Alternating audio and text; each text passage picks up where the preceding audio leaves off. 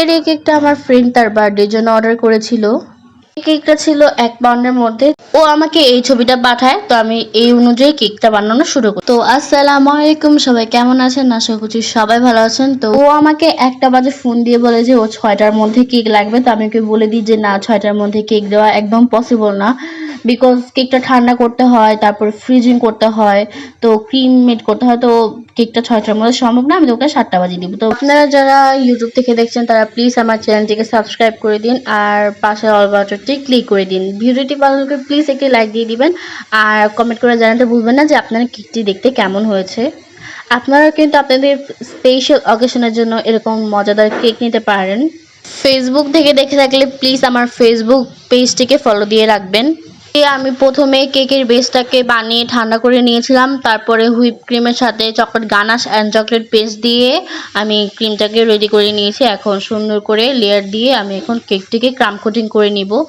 আর আমি কিন্তু কেকের লেয়ারগুলোর মধ্যে কিন্তু চকলেট গানাশ ইউজ করেছি, এতে করে কিন্তু চকলেট কেকটা খেতে আরও বেশি মজা হয়।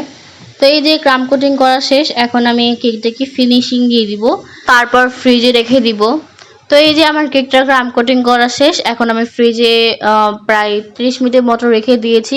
এখন একটি রোজ নজলের সাহায্যে হোয়াইট কালারের হুইপ ক্রিম নিয়ে এই পুরোটাকে কভার করে নিব।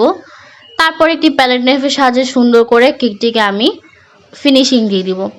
আপনারা ইউটিউব থেকে দেখে থাকলে আমার প্লিজ ইউটিউব চ্যানেলটিকে সাবস্ক্রাইব করে দিবেন, আর পাশে থাকা অল বাটনটি ক্লিক করে দিবেন। ভিডিওটি ভালো লাগলে প্লিজ একটি লাইক দিয়ে দিবেন, আর কমেন্ট করে জানাতে ভুলবেন না ভিডিওটি কেমন হয়েছে। তো এই যে আমি এখন একটি পাইপিং ব্যাগের সাহায্যে চকলেট গানাশ দিয়ে দিব, ছবিতে যেভাবে ছিল সেভাবে দিয়ে দিব। এখন এই যে আড়াআড়িভাবেও দিয়ে দিব, তারপরে এর উপরে কিছু হোয়াইট কালারের ক্রিম দিয়ে কিছু ফ্লাওয়ার বানিয়ে দিব, তারপরে এর উপরে কিছু চকলেট টপার বসাই দিব। ছবিতে যে টপারটা ছিল আমি ওই টপারটা দিয়ে নিয়ে আমি অন্য একটা এরকম ফ্লাওয়ার টাইপের টপার দিয়েছি। তারপরে এই যে সাইডটার মধ্যে কিছু সুগার বল ছিল, তো আমি কিছু সুগার বল দিয়ে দিচ্ছি বড় অ্যান্ড 0 সাইজের। তারপরে যে ওর নাম ছিল মুস্কান, আমি মুস্কান লিখে দিয়েছি, অ্যান্ড একটা হ্যাপি বার্থডে একটা ছোট একটা টপার বসিয়ে দিয়েছি। এই তো আমার কেকটা কিন্তু ডেলিভারি দেওয়ার জন্য একদম রেডি।